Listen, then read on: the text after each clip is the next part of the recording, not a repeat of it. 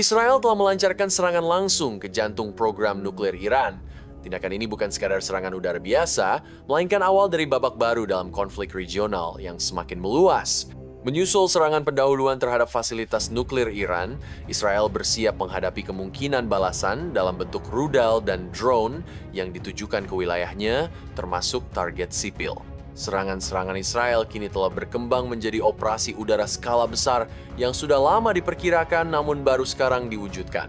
Pada 24 Juni 2025, Kepala Staf Umum IDF, Letnan Jenderal Eyal Zamir, memberikan pernyataan resmi, pasukan komando darat kami beroperasi jauh di dalam wilayah Iran dan menciptakan ruang manuver yang luas bagi kami di berbagai lini. Pernyataan ini bukanlah sebuah kejutan, tetapi lebih sebagai konfirmasi dari apa yang telah lama diyakini oleh banyak pengamat militer dan publik menyusul bocoran video operasi serta laporan dari saksi mata di lapangan. Operasi ini tak terjadi dalam semalam, jauh sebelum serangan besar pada 13 Juni, agen intelijen Israel Mossad telah menyusup ke Iran dalam sebuah misi yang dikenal sebagai Operasi Rising Lion. Bukti yang diperoleh dari media barat menunjukkan bahwa infiltrasi ini telah berlangsung selama berbulan-bulan. Tim Mossad dan pasukan elit dari Divisi Komando Israel IDF secara sistematis membangun kehadiran diam-diam di dalam negeri musuh. Mereka berhasil menyelundupkan drone quadcopter, amunisi berpemandu presisi, sistem komunikasi canggih, dan peralatan militer lainnya dengan cara menyamarkannya sebagai barang rumah tangga biasa, elektronik, koper penumpang, atau kontainer logistik.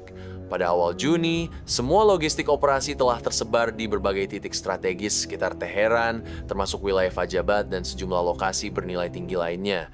Bahkan sebuah laporan investigatif menyebutkan bahwa Israel mengoperasikan pusat kendali drone tersembunyi dari sebuah bangunan pinggiran kota, lengkap dengan sistem peluncuran dan dukungan energi mandiri.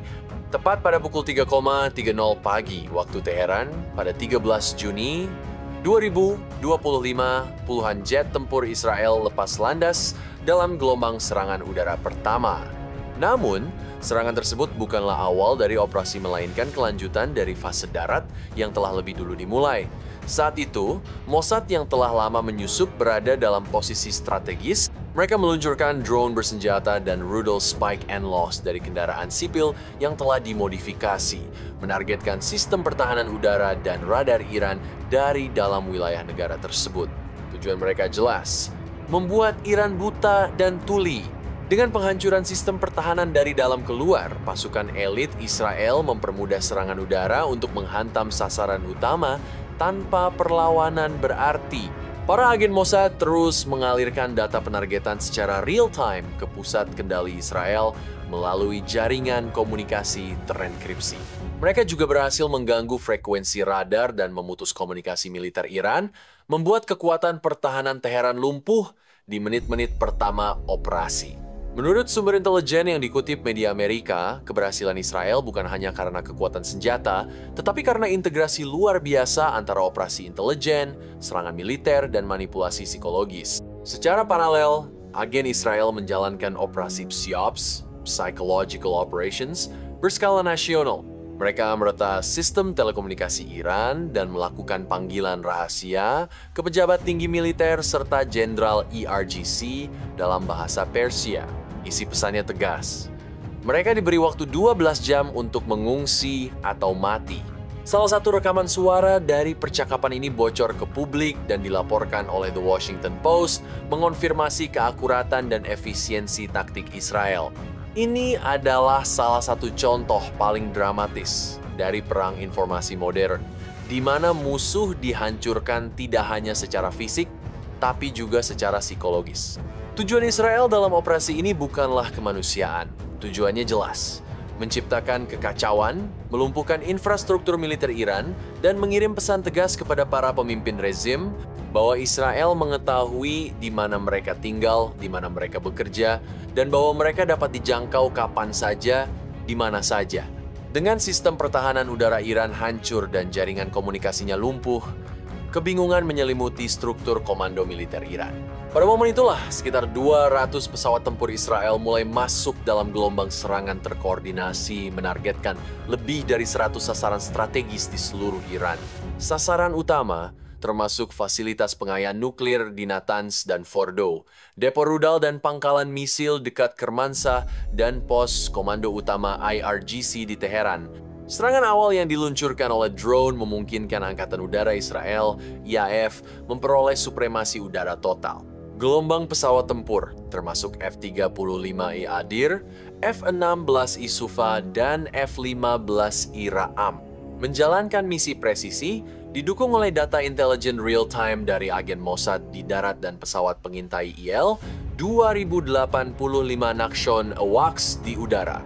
Fleksibilitas operasi ini ditopang oleh sistem pengisian bahan bakar di udara menggunakan KC-46 Pegasus dan Boeing 707 RAM, memungkinkan jet-jet Israel untuk tetap beroperasi di kedalaman wilayah Iran. Begitu serangan dimulai, pasukan komando Israel yang telah menyusup ke dalam Iran langsung menghilang. Peralatan dikubur atau dihancurkan, pusat operasi drone rahasia ditutup, dan kendaraan kembali menyatu ke lalu lintas sipil. Eksfiltrasi berlangsung cepat dan senyap sesuai reputasi mereka. Hasil serangan sangat merusak. Fordo, fasilitas nuklir bawah tanah yang disebut Kebal, dihantam di pintu masuk utama. Citra satelit menunjukkan runtuhnya akses terowongan dan ledakan sekunder di dalam gunung. Di Natanz, ruang sentrifugal utama rusak parah. Ratusan sentrifus hancur, listrik eksternal dan cadangan putus total, membuat lokasi itu tidak dapat beroperasi. Di Isfahan, kompleks riset nuklir dan produksi bahan bakar terbakar. Kubah pelindung hancur dan gedung utama hangus. Di Kermanshah dan Tabriz, depot rudal serta silo bawah tanah diserang dan dinetralkan. Di Teheran, radar dan sistem kendali senjata dilumpuhkan sepenuhnya sebelum serangan udara dimulai, membuat ibu kota Iran buta selama jam-jam krusial. Namun serangan ini bukan hanya menghancurkan infrastruktur, serangan ini juga memenggal kepemimpinan militer dan nuklir Iran. Maijen Mohammad Bagheri, Kepala Staf Angkatan Bersenjata Iran, tewas dalam serangan pembuka. Jenderal Hossein Salami, Komandan IRGC, tewas saat upaya evakuasi. Amir Ali Hajizadeh, arsitek utama program rudal Iran, tewas dalam gelombang awal. Gholam Ali Rashid, Komandan Markas Besar Khatam Al-Anbiya, tewas pada 13 Juni saat serangan ke pusat komando Teheran. Ali Shadmani, pengganti Rashid, tewas hanya 4 hari kemudian dalam serangan presisi pada 17 Juni. Gholam Reza Marabi, Kepala Operasional Fordo, juga tewas bersama beberapa ilmuwan senior yang menyusul dalam hari-hari berikutnya. Iran merespons dengan kekuatan besar, namun tidak akurat.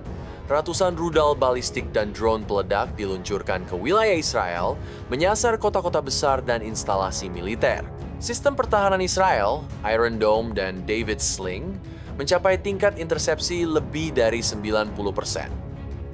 Namun beberapa rudal berhasil lolos. Pusat medis Soroka di Be'er-Sheva terkena, melukai puluhan warga.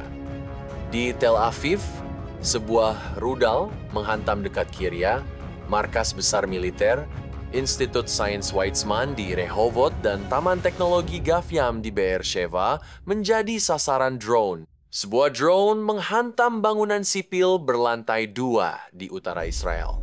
Serangan ke kilang minyak Bazan di dekat Haifa memicu kebakaran besar dan pemadaman listrik. Meski sebagian besar serangan Iran dapat dicegat, beberapa yang berhasil menunjukkan bahwa strategi saturasi tetap menjadi tantangan bagi sistem pertahanan udara tercanggih sekalipun.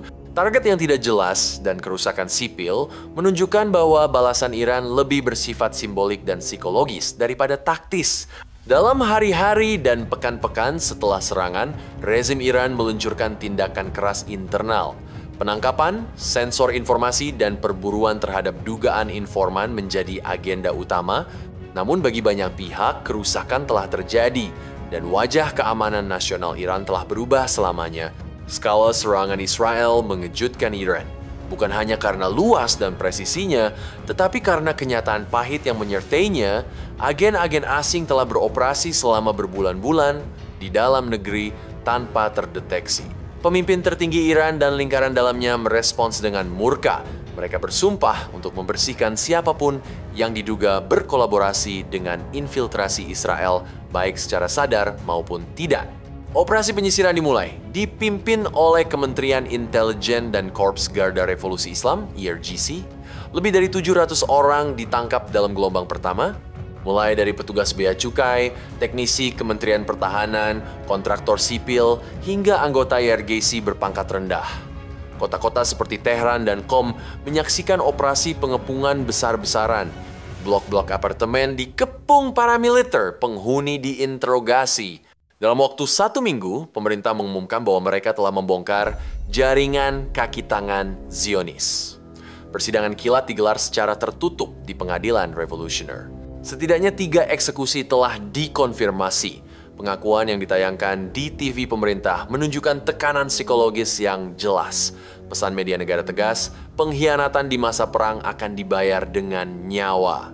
Pembersihan internal meluas, puluhan pejabat pertahanan dan intelijen dicopot. Kepala beberapa lembaga riset militer diam-diam dipensiunkan. Operasi kontra-intelijen menyapu provinsi-provinsi barat Iran, daerah yang diyakini menjadi basis aktivitas Mossad di dalam negeri. Respon ini keras, tapi juga penuh perhitungan. Lebih dari pembalasan, ini adalah tindakan pencegahan. Rezim ingin menunjukkan bahwa mereka masih memegang kendali meskipun setelah pelanggaran kedaulatan terburuk sejak Perang Iran-Irak. Namun, pertanyaan adalah, apakah langkah ini memulihkan kepercayaan rakyat? Atau justru memperdalam rasa takut publik? Strategi militer Israel selalu dibentuk oleh 3 hal: geografi sempit, kedekatan dengan ancaman, dan tekanan dari musuh regional yang terus-menerus. Tapi selama beberapa dekade, cara Israel menjalankan kekuatan militernya telah mengalami transformasi besar. Tahun 1981, Operasi Oprah.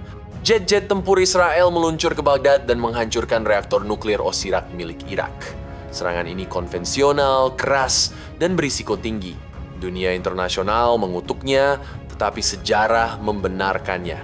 Reaktor Osirak hanya tinggal beberapa minggu lagi dari aktivasi. Israel mengirim pesan tegas.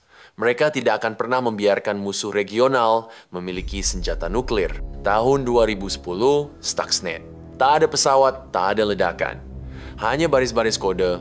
Virus komputer yang dirancang bersama Amerika Serikat ini menyusup ke sistem sentrifugal di Natanz, menyebabkan mesin-mesin pengayaan uranium rusak dengan sendirinya. Dunia baru menyadarinya ketika Iran mengalami kemunduran bertahun-tahun dalam program nuklirnya. Oprah adalah palu godam, Stuxnet adalah pisau bedah, dan Rising Lion adalah sebuah simfoni kehancuran. Operasi Rising Lion menunjukkan bahwa tank tidak berguna jika radar Anda dibutakan, jenderal tak berdaya jika jaringan komunikasinya diretas, dan tidak perlu pasukan tetap jika Anda memiliki niat, teknologi, dan waktu. Israel kini tidak hanya melatih pilot mereka, namun melatih peretas. Unit Mossad tidak hanya mengumpulkan rahasia, mereka adalah insinyur jaringan dan operator informasi. Unit elit tidak hanya bertempur, mereka menyusup, memalsukan, dan menyesatkan musuh dalam level negara. Model ini mungkin tidak bisa ditiru oleh semua negara. Israel memiliki motivasi eksistensial, sumber daya unggul, dan budaya dominasi intelijen yang mendalam. Namun cetak birunya kini telah terbuka. Negara-negara seperti India, Korea Selatan, Amerika Serikat, bahkan Rusia, Tiongkok, dan Iran sendiri, semuanya memperhatikan. Perang abad ke-21 bukan lagi pertempuran tank di padang pasir. Itu adalah jaringan informasi, sistem senjata otonom, perang informasi, dan drone yang diluncurkan dari kamar sewaan. Dunia kini menghadapi pertanyaan sulit. Bagaimana jika model ini digunakan oleh aktor non-negara di Eropa atau Amerika? Rising Lion bukan hanya momen militer, ia adalah lonceng peringatan. Dan seluruh dunia kini sedang mencatat. Beritahu kami pendapat Anda di kolom komentar di bawah ini. Jangan lupa untuk like, subscribe, dan aktifkan notifikasi pada video ini agar tetap mendapatkan informasi tentang perkembangan terbaru dalam geopolitik dan perubahan tatanan dunia yang sedang berlangsung. Terima kasih telah menonton, dan sampai jumpa di video berikutnya. The year is 1981. Tensions